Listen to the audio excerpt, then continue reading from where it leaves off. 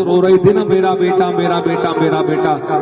बहुत प्रेम करते हो बेटे से, लो ये दूध का कटोरा तुम पी जाओ, मर जाना, जिससे तुम्हारा बेटा जिंदा हो जाएगा। सेठ जी ने कहा, जी महाराज मैं ये दूध को नहीं पीऊंगा, यदि मैं दूध पीऊंगा तो मैं मर जाऊंगा, मेरी सेठानी का क्या होगा, ये बेचारी कहां जाएगा। नहीं महाराज मैं दूध नहीं पीऊंगा। सेठानी से कहा, ले सेठानी तू ही पी जा, तेरा बेटा जिंदा हो जाएगा। सेठानी ने कहा, जी महाराज मैं मर जाऊंगी तो सेठ जी की बुढ़ापे में सेवा कौन करेगा, महाराज मैं तो नहीं पीऊंगी इसकी। पत्नी से कहा, ले तो पी ले, ये तो तेरा पति है।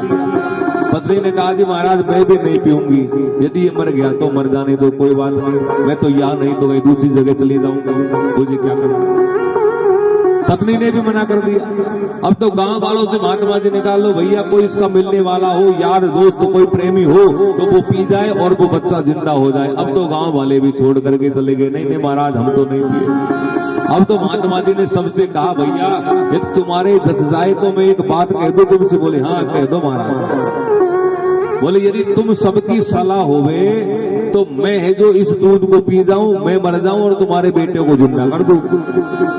गांव वालों ने कहा, सेठ जी सेठानी ने कहा, हाँ महाराज तुम तो महात्मा हो, संत हो, और संतों का काम तो दूसरे का भला करने का ही होता है, तुम्हारे तो आगे पीछे कोई है ही नहीं महाराज, तुम इसको पी जाओ जिससे हमारा बेटा जिंदा हो जाए।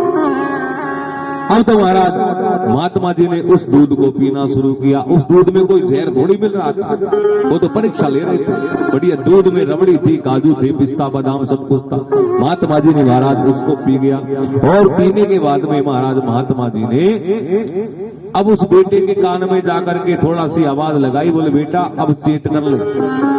अब बहुत नाटक कर लिया, अब तुझे पता चल गया ना कौन कितना कितना किससे प्रेम करता है। बेटों को ज्ञान प्राप्त हो गया और महाराज भगवान का भजन करने के लिए निकल पड़ा। बोल वृंदावन बिहारी लाल की जय। ऐसे ही महाराज वो पहला जी अपने पिताजी को ज्ञान दे रहे, बोले पिताजी ये संसार स्वार्थ का है, भगवान का भजन करो।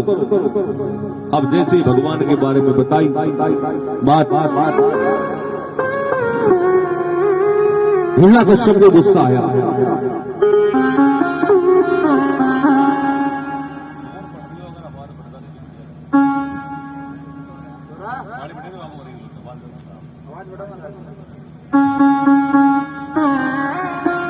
अब तो महाराज